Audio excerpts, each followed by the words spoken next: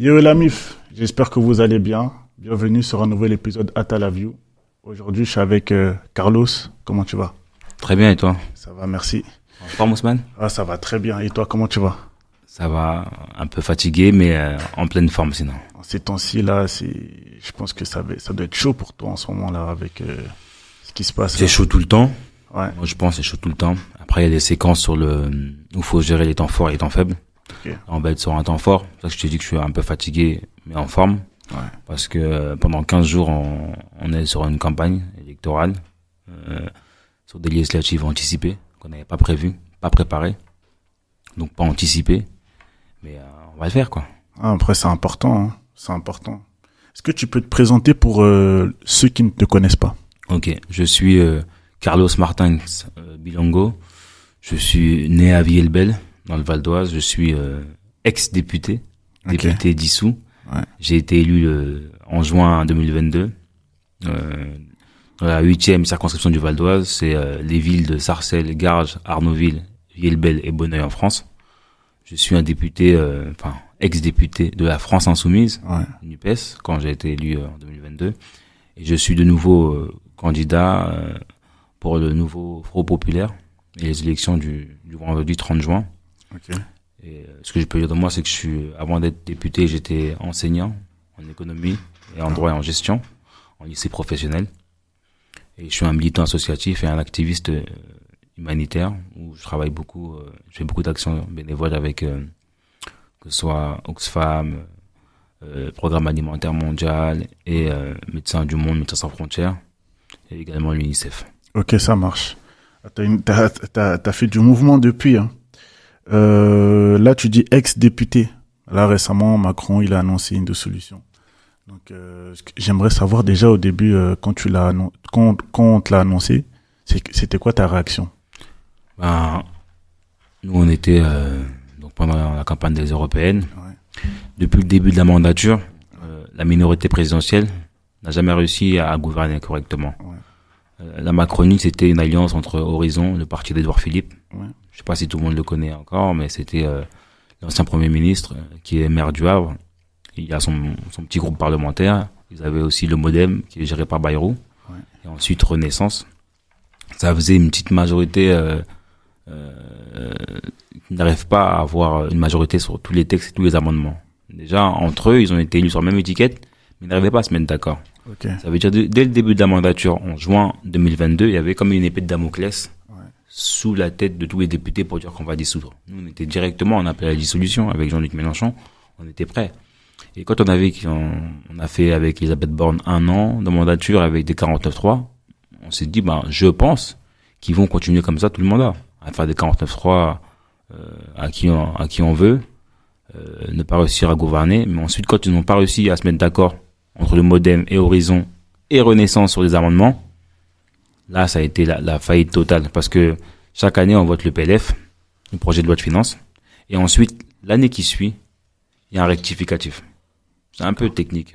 Le PLF, c'est le projet de loi de finances qui doit être voté à chaque fois avant le 31 décembre de chaque année. D'accord. Donc, ils ont fait un 49.3 l'année dernière. Ensuite, ils devaient faire un rectificatif parce que le budget a changé. Ouais. Parce qu'ils sont très, très nuls en chiffres. Ouais. Macron, Bruno Le Maire, c'est les premiers à parler chiffres. Mais aujourd'hui, on est endetté à hauteur de 862 milliards. Donc, ils nous poussent vers la faillite. C'est énorme. Et à ce moment-là, vous n'avez pas de majorité. Il y a les élections européennes qui arrivent. Il y a un vote extrême de l'extrême droite, donc qui fait un score impressionnant. Moi, à chaque fois, je suis choqué quand je vois les résultats du Front National. Et du coup, après les européennes, au soir des européennes, le président fait une allocution en disant qu'il dissout l'Assemblée nationale.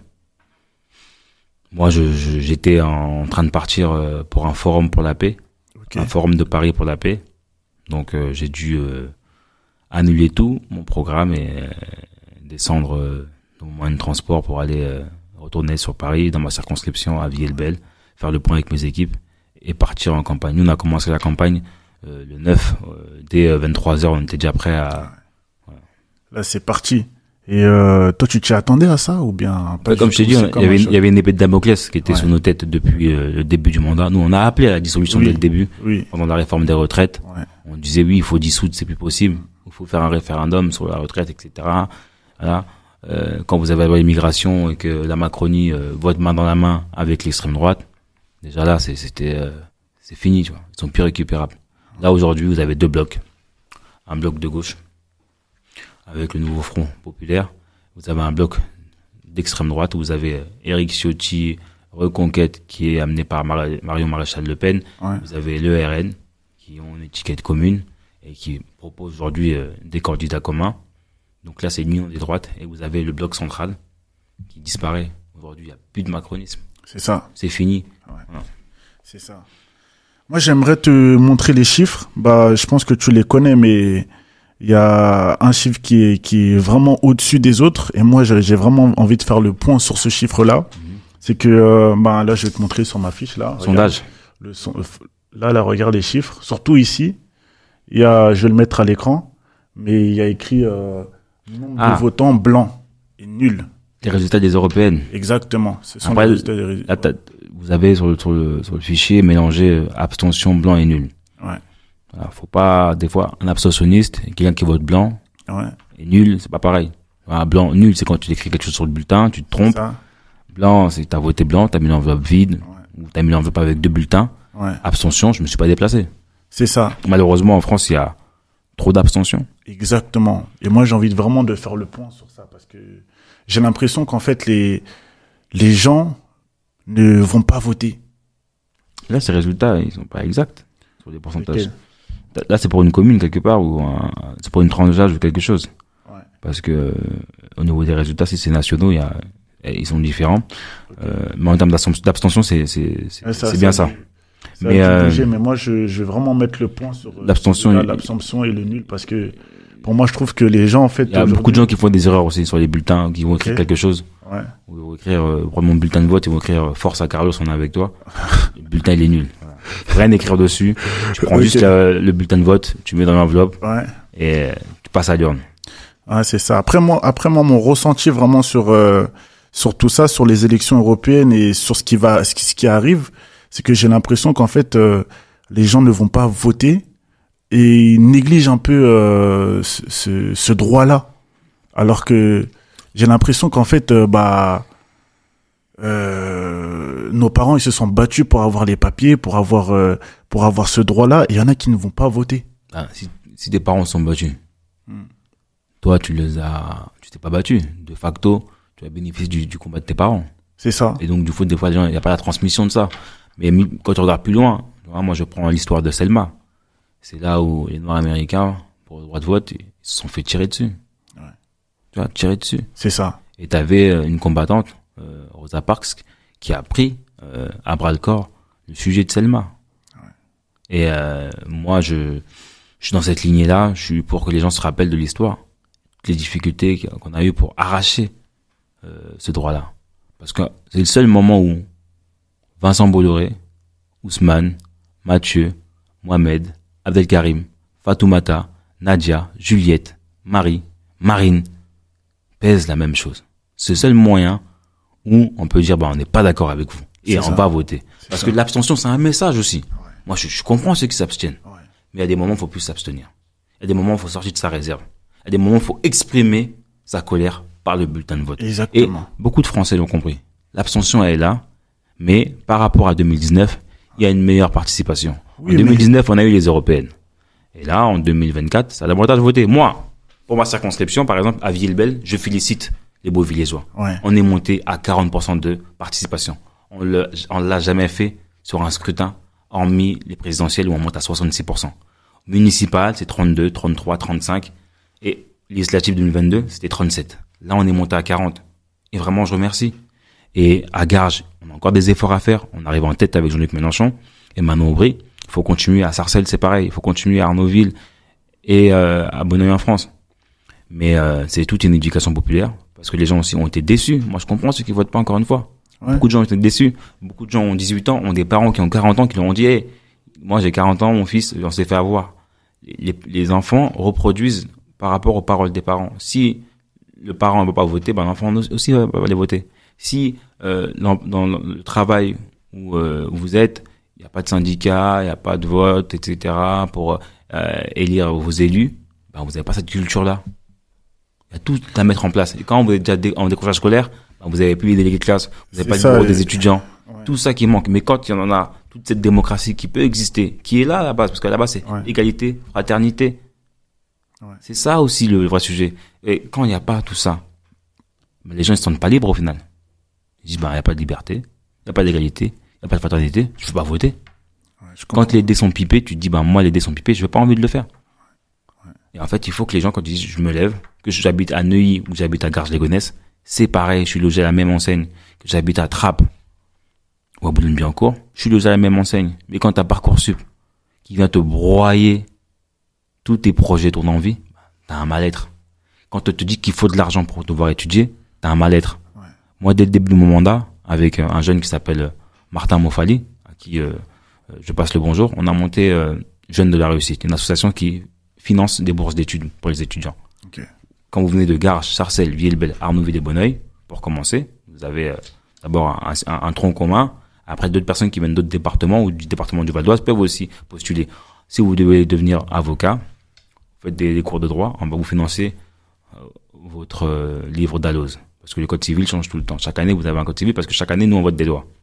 On vous le finance. Demain, vous voulez devenir cuisinier, la caisse avec les ustensiles, le tablier, on vous le finance. Demain, vous êtes un sportif, une sportive, vous faites du karaté, pas de moyens pour payer votre kimono, vous êtes au championnat du monde, on vous le finance. Demain, vous êtes tout, en fait.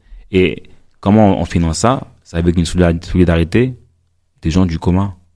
Que l'entourage, les personnes qu'on rencontre, on leur dit, nous, on a monté un projet vertueux de solidarité. C'est comme des systèmes de microcrédit. Là, j'aimerais citer un ami à moi, Aristote Zola.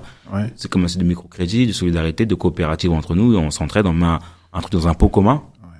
Et ensuite, ça permet d'aider un pendant le besoin. Et ça, en fait, j'invente rien.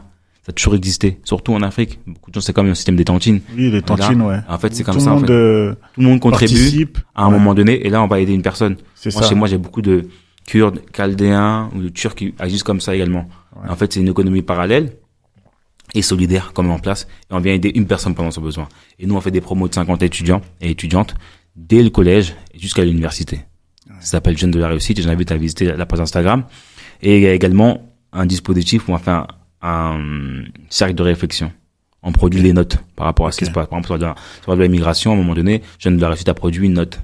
C'est super intéressant. Donc voilà, c'est devant ça qu'on doit avancer. Et j'espère que Jeunes de la Réussite fera aussi un communiqué avant les élections législatives, les élections législatives anticipées. Et je félicite aussi toutes les associations, tous les sportifs, artistes, créateurs, créatrices qui prennent position pour appeler les gens à aller voter, et aussi à toi via ton média, parce que c'est important aussi. Chacun doit faire sa part. Chacun a une responsabilité. Exactement. Voilà. Il y a encore un autre dispositif. J'aimerais aussi féliciter Inde de Garges qui a monté le dispositif Ma Cité va voter. Ça contribue aussi à faire diminuer l'abstention. Mais en fait, c'est déplorable parce que c'est pas des politiques publiques qui sont mises en place par le gouvernement pour encourager les gens à aller voter. Normalement, c'est le ministère de l'Intérieur qui doit encourager les gens à aller voter. On a vu plein de gens qui se sont fait radier. Vous avez eu 80 personnes qui se sont fait radier à Évry. Ils sont partis au tribunal pour se faire remettre sur les listes le même jour. Il n'y avait même pas assez de juges pour acter qu'ils puissent revoter. Moi, sur ma page Instagram et sur mon Twitter, vous pouvez vérifier, j'ai pris à un moment donné une famille qui voulait voter à Sarcelles.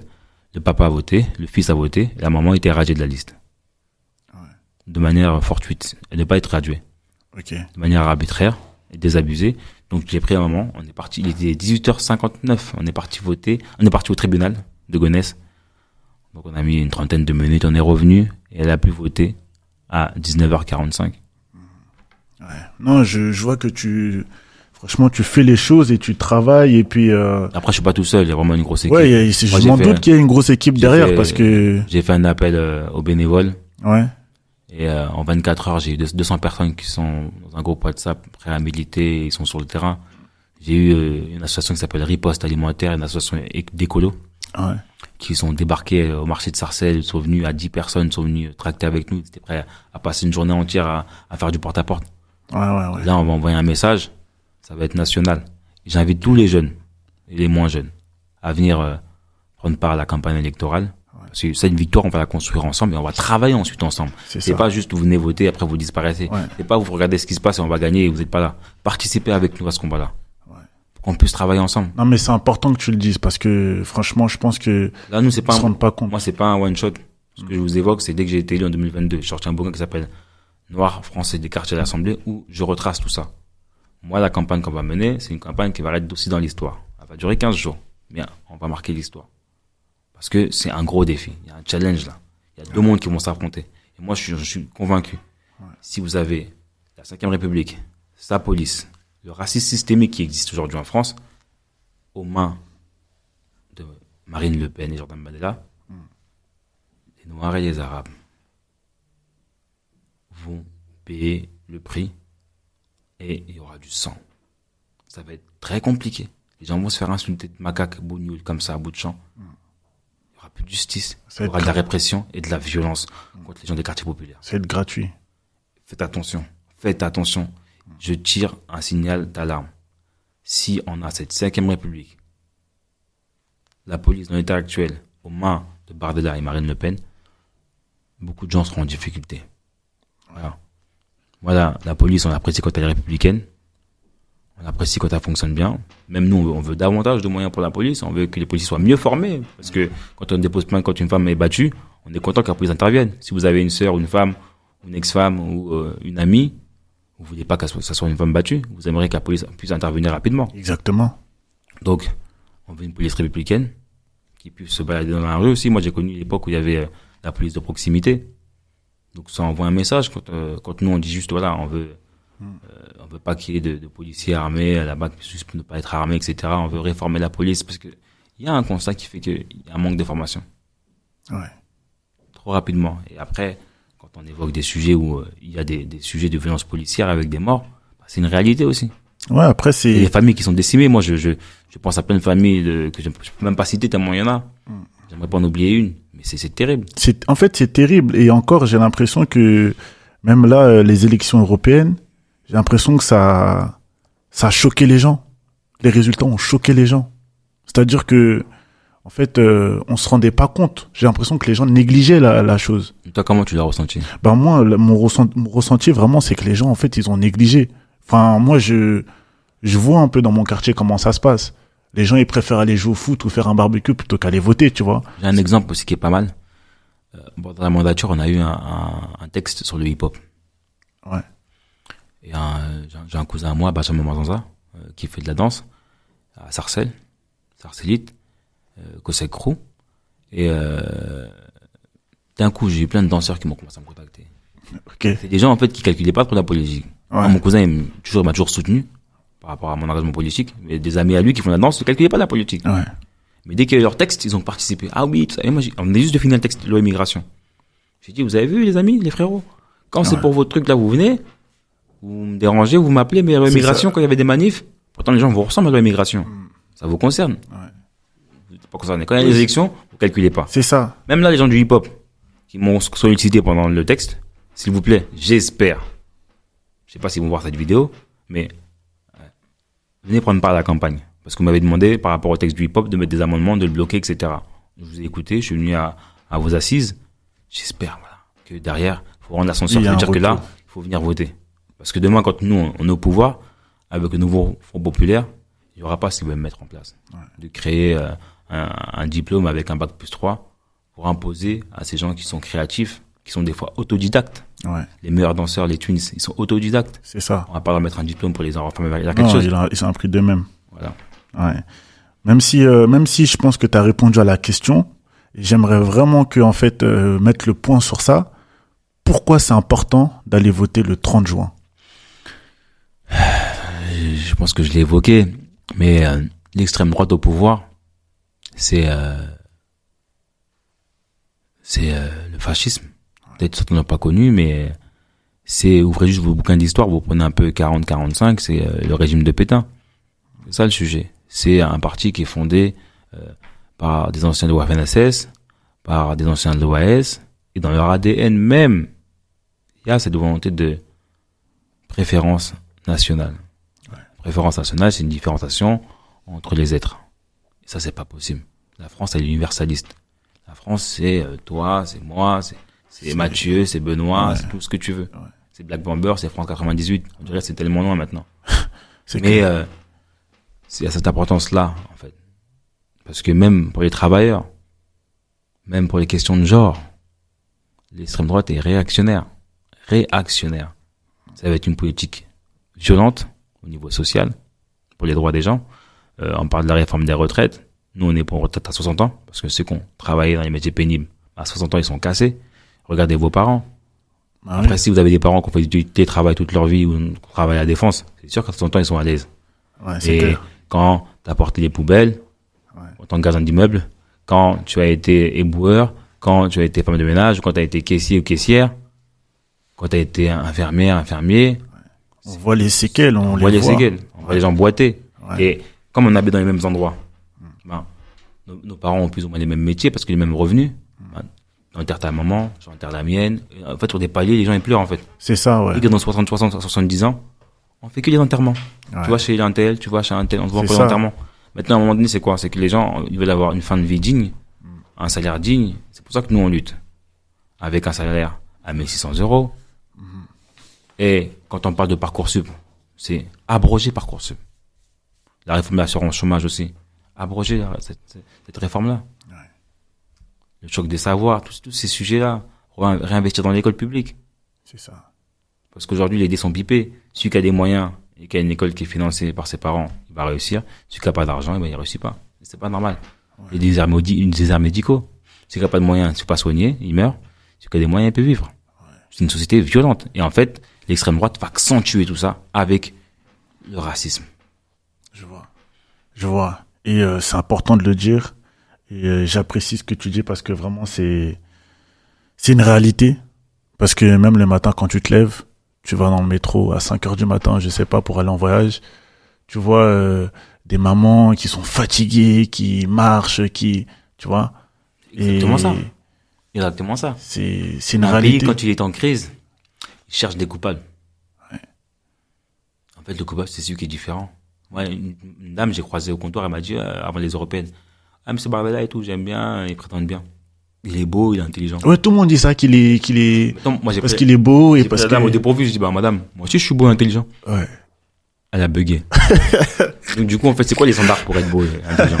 Donc, on revient à l'époque hitlérienne, où, en fait, il y a, tu vois, Oui, il y a un truc où on dit que le standard c'est là, ça. c'est ça être beau. Ouais. Et le reste, c'est quoi? Ouais. C'est quoi? C'est n'importe quoi. Ouais. Combien de gens j'ai vu faire des autobrosants? Combien de fois j'ai vu des gens voulu avoir des lèvres pulpeuses pour ressembler à autre chose qu'ils le sont déjà? Ouais. Bah, faut arrêter ces histoires. Non, Il mais n'y a pas ce standard de beauté. Et d'ailleurs, on n'est même pas là pour ça. ah, Faut c'est des dire, le bêtises. président il est jeune, on veut qu'un mec qui est beau, on veut un mec qui dit ça. Non, on veut juste vivre dignement. Ouais. C'est juste ça dire ça. C'est On ça. veut pouvoir avoir une vraie redistribution des richesses. On veut qu'au niveau des impôts, il y ait 14 tranches. Parce qu'on veut pas que celui qui gagne 2000 €, celui qui gagne 5000 €, soit taxé pareil parce qu'il ne vit pas la même chose. C'est pas le même monde. On veut qu'il y ait un blocage des prix, parce que c'est possible. À La Réunion, on bloque les prix. Ouais. C'est pas quelque chose qu'on invente. C'est pas l'État soviétique. C'est juste une société égalitaire et juste. Tout ce qu'on veut. En Espagne, ça existe. Stop. On veut juste une société égalitaire. Ouais, non, mais Des salaires comprends. dignes. On veut une égalité de salaire entre les hommes et les femmes. C'est possible. On n'arrive même pas. En 2024 en France, une femme à diplôme égal, un homme à diplôme égal, ne sont pas au même salaire. Ce n'est pas normal. Et on doit dire, oui, il faut une politique monétariste pour arriver à ce niveau-là. Je suis pas d'accord. D'ailleurs, dans l'histoire du monde, tout le temps, on sait que les femmes sont plus intelligentes que les hommes. Mais comment ça se fait qu'aujourd'hui, il y a encore ce tabou-là dans les sociétés où les femmes sont moins payées que les hommes? Constamment, comme ça. À diplôme égal. Ben non. C'est réel. Franchement, je voulais revenir sur un point avec toi. Moi, je regarde beaucoup, tu sais, par exemple les émissions. On va parler de TPMP, Cyril Hanouna. Où eux, ils ont eu 42% de téléspectateurs qu'ils ont voté pour le Rassemblement national. Toi, qu'est-ce que t'en penses de ça? Toute la composition du plateau, les journalistes qui sont autour de la table, les chroniqueurs roulent pour l'extrême droite. Vincent Bolloré a un projet de faire diffuser dans les antennes les plus larges possibles, les idées réactionnaires de l'extrême droite. Donc c'est totalement normal. Et les gens aussi, avant qu'ils écoutaient des PMP, qui étaient des gens qui ne sont pas racistes, ben, ne veulent plus regarder. Ouais. Donc les gens, c'est un défouloir. Vous avez des gens qui insultent constamment, qui Exactement. insultent tous les jours la France insoumise. Ouais. C'est devenu son sport favori. Ouais, c'est ça que... À la base, ils avaient fait une pause. Et comme par hasard, il y a dissolution. La chaîne reprend. Hanouna va sur Europe 1 pour parler politique. Ouais. Vous imaginez, c'est un monsieur qui léchait les fesses d'un chien à la télé. Il s'est fait connaître comme ça. Comme si vous avez Michael Youn qui me parle de politique. Moi, je suis un peu plus âgé. Donc je connais Michael Youn, etc. Morning Live, c'était que des conneries. Michael Youn va me dire qui voter. Il va m'expliquer, oui, ça c'est bien, ça c'est pas bien. Il est correct, il est pas correct, lui, les trucs. Pour qui il se prend, en fait? Pour qui se prennent-ils?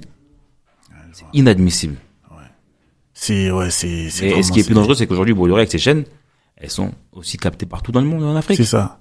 En Afrique aussi, ouais. Genre, regarde. Ouais. Moi, quand on est en Afrique, je me disais, ah, nous, regarde TPMP, tout ça, on aime bien ce qu'ils disent et tout. Oui, mais... Et je dis, mais bon. Ouais, un peu, et ils pensent que tout le monde pense comme ça, parce qu'ils ont, en Afrique, ils suivent CNews, ils pensent que tous les Français pensent comme CNews. Attends. Vous avez des émissions sur CNews de culture d'esprit, je sais pas quoi, ils sont totalement barjots. Ouais. À un moment donné, quand il y avait la constitution sur l'IVG, ils avaient fait une émission où ils expliquaient que l'interruption de grossesse, c'est la mort la plus présente dans le monde. C'est incroyable. Au-delà que le cancer et tout, les morts par interruption volontaire de grossesse, c'est le nombre de morts dans le monde, c'est ça, le numéro 1. Vous imaginez? Ouais, non, mais c'est chaud, hein. Parce qu'en fait, vous avez un gars qui vient en costume avec une veste, une chemise blanche, donc on dit oui, ce qu'il dit, il a raison. Or que... Non. Vous avez des fous furieux, ils sont en costume, ils racontent n'importe quoi. Ouais, non, c'est des foutaises. Des sombres barjots qui ont juste un agenda politique. Ouais. Ils vous servent la soupe. Et ils mettent en place tout un système. Et il a plusieurs chaînes. Moi, j'ai pas de chaîne.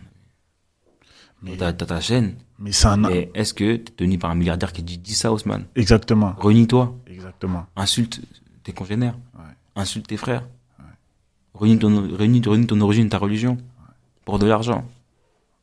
Après, c'est par rapport au pouvoir aussi. L'argent. L'argent. Bolloré a de l'argent. Donc, comme il a de l'argent, il influe ses idées. Exactement. Et si on vient au pouvoir, on va essayer de canaliser ça par rapport à la TNT. Il n'y a plus de fréquence pour ces gens-là. Parce qu'il a un agenda et il ne s'en cache pas. Il a le monopole sur plein de chaînes. Exactement. Après, quand tu contrôles quelque chose d'un côté, ça marche pas. Malgré tout ce qu'ils font, tu vois. Non, mais il y a la réalité des choses aussi. Les Français, Mélenchon fait 17% en 2017. Mélenchon fait 22% en 2022. On fait toujours des scores intéressants. Avant les européennes avec Manon Brie, on s'est fait taper dessus. Ouais, mais je le voyais. Taper. Je le voyais. On a quand même approché les 10%. Et franchement, avec tout ce qu'on a subi, moi, je remercie les électeurs, les fidèles électeurs qui sont venus voter pour nous. On a fait plus de 2 millions de voix. Moi, je suis très content. C'est honorable. Et pourtant, des gens qui ont fait tous les médias, qui ont été caressés dans le sens du poil, ont fait juste 1 million de voix plus que nous. Et c'est l'élection où on vote le moins en France, les européennes. Enfin, moyennement, voilà. C'est une moyenne. Mais sinon, au présidentiel, nous, on a notre capitale avec plus de 7 millions de voix. Et on est convaincus là-dessus. Et on va avancer. Moi, je suis très combatif. Et peu importe la situation du pays, on va se battre pour nos idées, pour nos mères, pour nos sœurs, pour nos frères. Ouais, je comprends. Et nos pères. C'est important. C'est important. D'habitude, moi, je parle pas trop d'actualité. Je parle beaucoup de la personne, de la personnalité, mais je trouvais vraiment important d'échanger sur ce qui se passe en ce moment. Ce que je dis là, ouais, mais j'ai vraiment, des fois, on est vraiment dans la profondeur de ton enfance, de par exemple, qu'est-ce que tu as voulu faire quand tu étais jeune et tout. Bon, on va revenir après, mais il y a vraiment des grosses questions qui se posent aujourd'hui. Par exemple, comme tu me disais tout à l'heure, vous ne faites pas certains plateaux télé. Ouais. Est-ce que demain, par exemple, là on parlait de Cyril Hanouna, est-ce que tu pourrais être invité chez Cyril? Est-ce que tu irais? Pourquoi tu irais? Non, je n'irais pas. Et pourquoi tu irais plus du coup? J'ai été une fois. À la base, je regarde pas cette chaîne. Malheureusement, dans ma circonscription, les jeunes regardent. Ou regardaient, on va dire. Ouais. Pas en 2022. Ils regardent moins. Et en fait, même moi, si tu vois ma page Instagram, j'essaie de tirer les gens vers quelque chose. Vers une qualité de contenu. Ok. Vers une éducation populaire. Vers la politique. D'accord. Vers une éducation populaire. Vers les associations. Vers la solidarité. Vers les coopérations. Voilà. Et en fait, je pense que là, j'y arrive petit à petit grâce à vous, grâce aux gens. Et on va continuer à avoir du contenu intéressant. Moi, je remercie, il y a plein de gens intéressants, Histoire Crépue, Bissaï Média, il y a plein de gens qui font des petits médias intéressants, le tien aussi. Contribue. Chacun doit faire sa part. Il y a des gens qui font des choses super intéressantes. Tu vois. Moi, je rencontre des profils importants et en fait, ces personnes-là deviennent plus importants que les médias traditionnels. Ouais. D'accord, ça marche. Moi, je suis totalement tranquille pour refuser d'aller sur TPMP. Ouais, Ça me dérange pas. Ouais, t'as pas besoin. C'est pas que j'ai pas besoin. C'est néfaste. C'est mauvais pour les masses. Ouais. Pourquoi je veux aller contribuer à quelque chose qui est mauvais pour la majorité des personnes? Ah, parce que tous les soirs, ils sont en train d'insulter Louis Boyard. Ils insultent Louis Boyard, ils insultent plein de gens. En fait, ils insultent nos électeurs, ils insultent tout le monde. Ils caricaturent les gens. Ils vont te ramener quelqu'un avec un foulard, ils vont le caricaturer. Ouais. À un moment donné, il avait dit si tu boycottes TPMP, ça veut dire que t'es antisémite. Ouais, c'est. Tu vois, c'est en fait dans le monde, en France qu'on est, il faut lutter contre tous les racismes. Tu vois, faut pas avoir un cœur à géométrie variable. C'est super important. Ouais. Les gens ils parlent d'antisémitisme sans parler d'islamophobie. Tu vois, c'est pas correct. L'islamophobie, ça va pas les déranger, mais on va dire, ouais, ça me dérange. Tu vois, c'est quand t'as un cœur à géométrie variable. C'est pas correct. Il faut vomir tous les racismes. Tous les racismes qui peuvent exister, il faut les vomir. Il faut les vomir. Parce que de toute façon, si tu es raciste pour une cause, tu l'es pour tout en fait. Ouais. C'est qu'à un moment donné, c'est que tu n'es pas clair sur tout. Ouais. Et en fait, on n'a pas besoin de ça. On n'a pas grandi dans ça. Moi, je suis né en 90, à Villers-le-Bel. On a grandi, on ne savait même pas c'était quoi la religion du voisin. On partageait des plats, etc. Ah, oui. Toi, c'est Noël, toi, c'est Pâques, toi, c'est Pessah. Communauté, c'était. On vit un truc. C'est ça la vie. La France, c'est ça. La France, c'est ça. C'est un contrat de liberté, égalité, fraternité. Un contrat universaliste, antiraciste. Quand un Français, il peut se lever pour une cause qui a des milliers de kilomètres. Totalement normal. Tu vas jamais dire, ah, qu'est-ce qu'il fait le mec qui se lève pour une cause qui ne concerne pas. Même s'il y a un massacre en Australie ou en Nouvelle-Zélande, le Français va se lever et va dire, hey, c'est pas normal. C'est clair. D'ailleurs, aujourd'hui, la France, elle est dans tous les hémisphères. Exactement. Quand tu prends les Outre-mer, la Kanaki, ce qui se passe en Kanaki, c'est terrible aussi. Ouais. Non, on va fermer les yeux. On va dire, c'est pas grave, ça me concerne pas. Les Français vont voter le 30. Je pense que ça, c'est important. On va revenir un peu sur toi. Donc, je voulais savoir, face aux critiques et aux obstacles dans la vie, comment tu parviens à rester engagé? J'ai déjà vécu plein de difficultés dans mon enfance, dans mon éducation. Ça m'a forgé. Et je pense que celui qui vient d'une ville populaire, d'un quartier populaire et qui regarde cette vidéo, il sait par quoi on passe. Il sait que nous, on a toujours deux choix à un moment donné. Okay. Il sait les difficultés. Okay.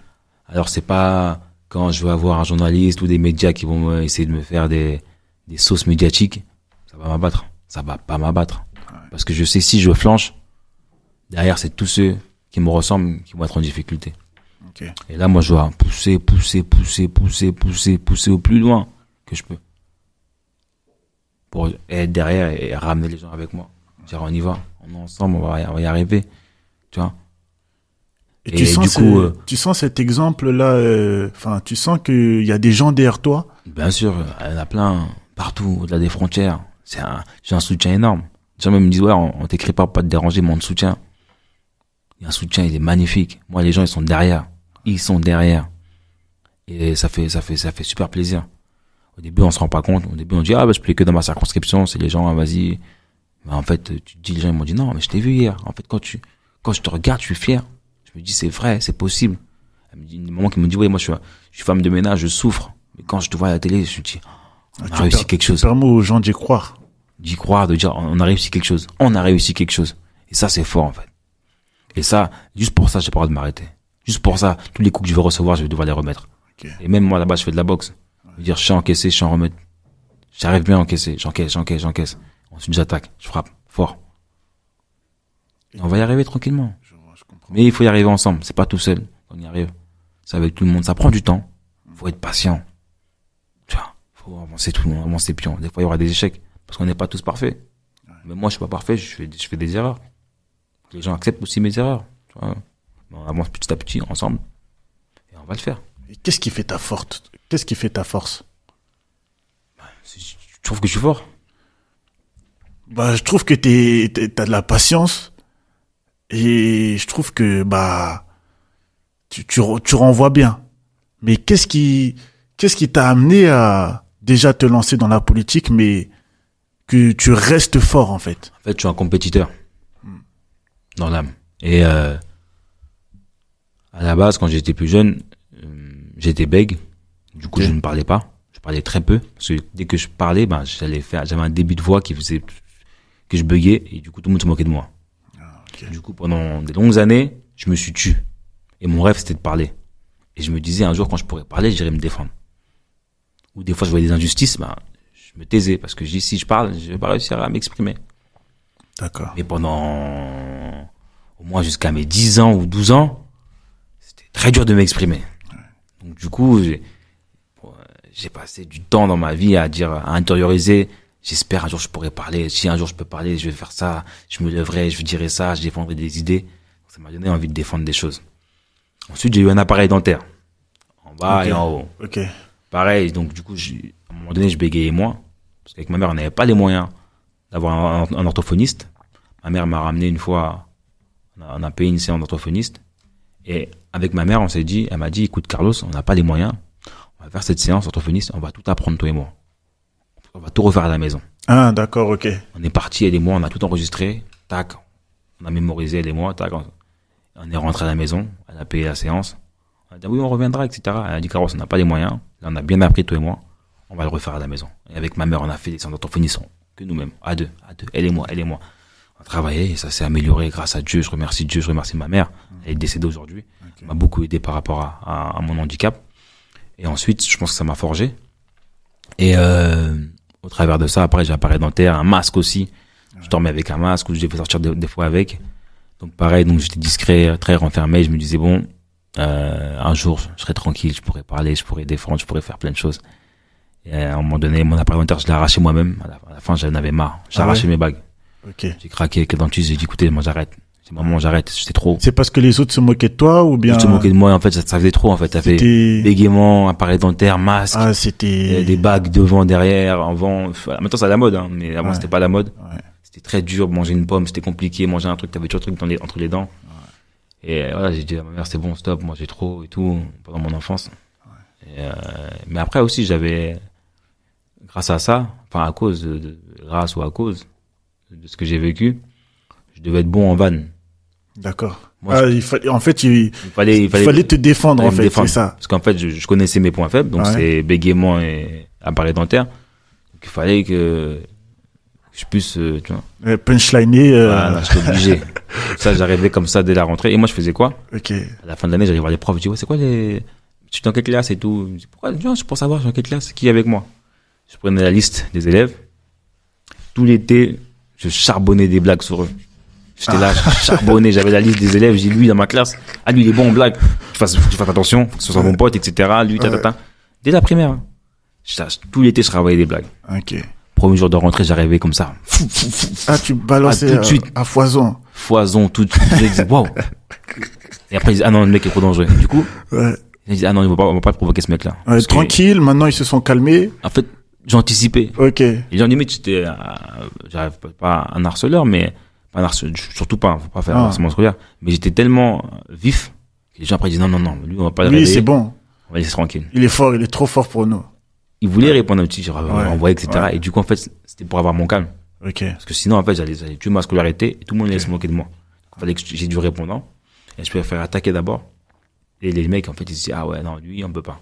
Ouais. Et du coup, j'ai réussi. Et après, aussi, mes amis, c'est des gens qui comprennent. Je pense qu'ils avaient de l'empathie. En banlieue, les gens sont très sympas. Ouais. Qui m'ont pas terminé sur ça. Ok. Ça peut exister. Il faut faire très attention. Aussi, moi, je dis aux gens vraiment, si vous avez des enfants, des petits frères, des petites sœurs, faites attention au harcèlement scolaire. Ouais. Parce que vous savez pas ce que la personne vit. Moi, j'ai vraiment souffert de ça. Mais j'avais quand même des gens bienveillants dans mes classes qui toujours disaient stop, arrêtez, etc. Et voilà, je me suis construit et tout. Et je pense que ça m'a donné envie de me défendre moi d'abord. J'étais toujours délégué de classe. Ensuite, défendre mes camarades de classe. Ensuite, défendre les injustices dans mon quartier. Il y a eu un déclic en 2007, quand on a perdu la rame Mimousine, renversée par une voiture de police. Ils étaient en PU. Et de fil en aiguille, avec mes amis, proches, un pote à moi, Serco, on s'est battu sur plein de choses. Et on a avancé comme ça. Ok, je vois. J'aimerais que tu donnes un conseil à ces jeunes-là qui sont victimes d'harcèlement. Harcèlement scolaire, franchement, faut le signaler. Faut le signaler. Parler avec vos parents. Je sais que parfois c'est difficile de parler aux parents parce qu'on n'a pas cette approche-là. Je sais que le gouvernement a mis un numéro vert. Je sais que Ouais, mais hormis hormis tout ça, j'aimerais que tu nous parles en fait, j'aimerais parler aux harceleurs. Arrêtez. Aux harceleuses. Ok. Il y a beaucoup ça, c'est les filles aussi. Arrêtez. Chacun est différent. Ouais. Un, il peut avoir un gros nez. Moi, on se moquait de mon nez. Ah, t'as un gros nez, tu vois. Ouais. En fait, stop. On est tous différents. Il n'y a pas de standard de beauté. Ouais. Stop. Chacun fait comme il veut. Chacun parle comme il veut. On a tous des handicaps sur quelque chose. C'est pas grave, en fait. On va pas passer notre vie ensemble avec les gens. Donc, on peut être juste des amis, des camarades de classe. Et stop. Quand quelqu'un se lève le matin, il est comme toi, en fait. Tu te lèves chez toi, lui se lève chez lui. Il veut juste passer une journée tranquille. Voilà. Pourquoi se mettre à 3, 4 contre quelqu'un? Ça n'a pas de sens. Parce que aujourd'hui, quand on fonde sa famille, quand on est plus âgé, on vit dans son foyer avec sa femme ou son mari, et ensuite, voilà, on est en couple, et on dérange pas les autres personnes. Ouais. C'est pas une vie d'être à 3, 4 sur une personne, ou à 2 toute l'année. C'est terrible. Et quand moi je vois des personnes qui se suicident à cause du harcèlement scolaire, vous imaginez la douleur des parents. Porter quelqu'un pendant 9 mois, l'élever, et il se met à corde au cou parce qu'il a été harcelé à l'école. Je sais pas, imagine ton petit frère, ta petite sœur. Non, mais moi j'ai été victime d'harcèlement. Tu vois, c'est terrible. Je sais ce que ça fait. C'est terrible. Je sais les dégâts, les conséquences. Et séquelles que ça laisse aussi. Ouais. Faut faire très attention avec ça, faut pas jouer avec ça. Moi je dis aux jeunes, stop. Faut avoir de l'empathie pour les autres. Ok, merci Carlos. Je te remercie pour ces mots-là. Justement, comme on parle d'harcèlement, là, d'un coup, ça me vient, mais est-ce que lorsque tu as reçu, la fameuse scène avec le bateau à l'Assemblée nationale, est-ce que ça, tu le vis comme un harcèlement? Ou est-ce que ça, c'est toujours ton combat de boxe? Non, je vis ce que j'ai subi après. Après, j'ai subi un harcèlement médiatique, il disait, sur les médias, il disait oui, il a mérité cette insulte. Non, il méritait pas, mais ça débattait peut-être vraiment. Que Bilongo, c'est un islamiste. En fait, je me suis fait insulter à propos raciste, mais derrière, on me dit que c'est un islamiste. Pourquoi, en fait? Et en fait, c'était les médias qui appartenaient aux mêmes personnes. C'est les médias Bolloré qui se cherchaient à me taper dessus. Je dis, mais à quel moment, en fait? Mais en fait, j'ai toujours été, voilà, victime d'harcèlement médiatique, harcèlement dans les rues, et puis voilà. Moi, il faut se battre. Faut pas lâcher. Il faut se battre pour les autres. Et il faut vaincre tout ça. Okay. Et je pense que on peut y arriver ensemble. J'en suis convaincu. Et la jeunesse nous regarde. Hein. Voilà, les jeunes me regardent. Et ils ont confiance. Les parents me regardent. Et on doit montrer l'exemple. Ok, ça marche. En tant que jeune, en tant que noir député, dans la rue, ça se passe comment? Est-ce que tu reçois certaines insultes? Je sais que quand j'ai fait l'immersion avec toi, à un moment, ça a été chaud. Je sais pas si tu t'en souviens. C'est pas sorti encore? Non, c'est pas encore sorti. On attend justement le bon moment pour sortir ça. Mais c'est moi qui t'ai recommandé d'aller là-bas pour voir passer. Je savais pas que ça allait. Non, être noir en France, c'est pas simple. Ça dépend. C'est sur un terrain de foot, on t'applaudit. Terrain de basket, on t'applaudit.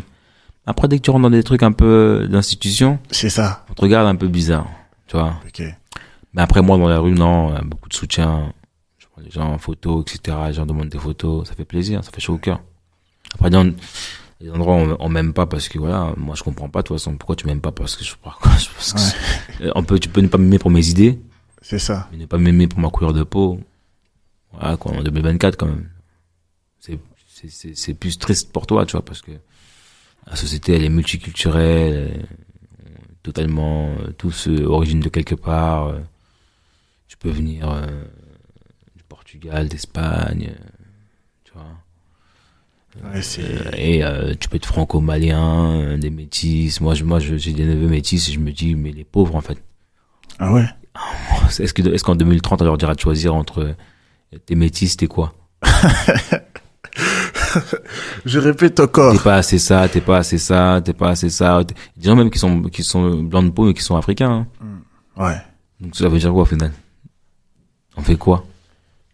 Mais on va y arriver, je suis confiant quand même, parce que il y a toujours un sursaut de cette France populaire, cette France anti-raciste, cette France qui sait se lever, qui va dire non. Moi, je regarde quand tu te balades en banlieue, comme je dis encore une fois, dans 91, 93, 94, c'est toute cette banlieue qui fait tenir la France, qui a les métiers les plus pénibles, les prolétaires. C'est ça. Donc à un moment donné, je pense pas que nous, on va être défaillants. Et d'ailleurs, si les milliardaires soutiennent les idées fascistes et réactionnaires, comment tourneront leurs boîtes sans nous?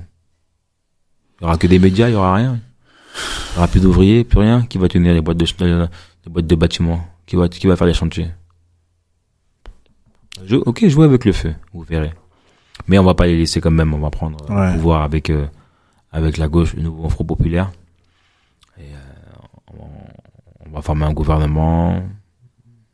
On verra bien. Je sais pas, ta vidéo elle sortira quand? Avant ou après l'élection? Ah, ça va sortir avant. Mais on va former un gouvernement. Ouais. Mais on va le faire grâce à vous. J'espère que vous allez contribuer à ça.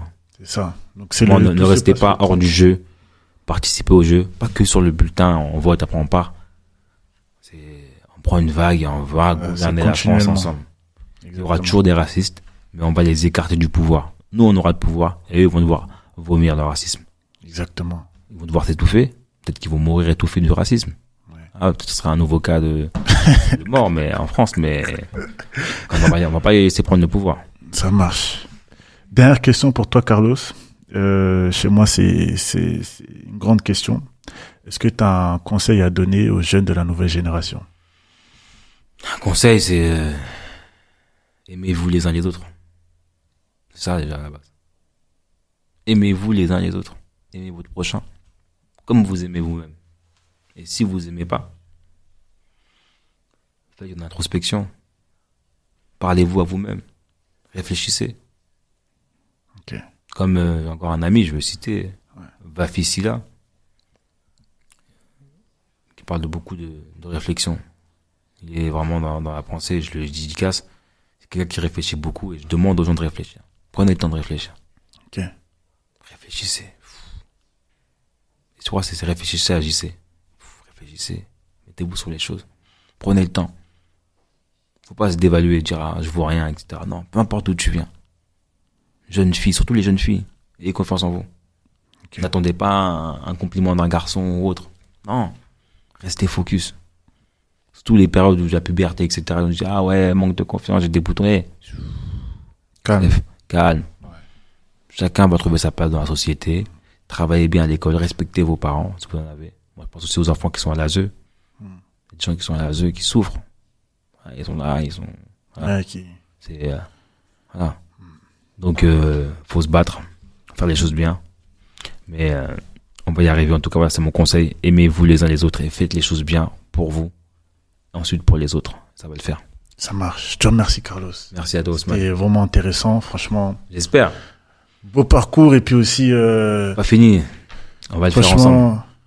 Allez voter le 30. Franchement, pour moi, c'est très important. Arrêtez les barbecues, les matchs de foot. Allez voter. Faites des barbecues, mais allez voter. Mais le bureau de vote est ouvert de 8h à 20h. Ouais, mais il y en a qui préfèrent, tu vois, toute la journée jouer au foot et puis on s'en fout. Ils mangent quelle viande, par exemple? Il y en a qui font des barbecues, poulet, viande, végétarien, mais de toute façon, les boucheries vont fermer, peut-être. Si, ils vont pas voter. C'est possible. C'est ça. Les petits plaisirs que tu te fais, peut-être que ça va fermer. On n'a rien sans rien. Peut-être que ces boucheries où t'achètes ta viande, ça va fermer. C'est possible. Tu vois, et les végétariens, peut-être que ce que tu manges de végétarien, ça sera plus disponible. Ah oui. Donc chacun doit, pour rapport à ses petits plaisirs, faire l'effort d'aller voter. C'est tout. Moi, c'est ce que je demande. Okay. C'est de 8h à 20h pour des bureaux de vote dans les grandes villes. Ou sinon, de 8h à 18h. Okay. Il faut y aller. Donc voilà, après, si les gens disent oui, je ressemble pas à Bardella, je suis pas assez beau, etc., je peux rien faire. En tout cas, votez moi pour un programme, tu vois. Même si on est moche. Même si on n'a pas la bonne tête, on n'a pas le bon profil, allez voter pour le programme et pour vous. Pour vous. Ouais, au moins pour eux. C'est important. Je te remercie, Carlos. Donc, j'espère que cette vidéo t'aura plu. N'hésite pas à t'abonner, liker et à partager. Peace. J'avance avec ceux qui veulent avancer. Je construis avec ceux qui veulent construire. Pourquoi se casser la tête avec un proche ou non, qui veut pas te donner de la force tout simplement, alors que la personne t'était déjà en place et autres. Focus essentiellement de ceux qui te boostent, de ceux qui ont le même état d'esprit que toi, qui ont la même philosophie. Ne perds pas ton temps avec ceux qui vont te renvoyer le fait que tu vas les solliciter, ils sont pas chauds. Ouais. Force pas. Il faut jamais forcer en vrai. Ouais. Tu vois ce que je veux dire? Ouais,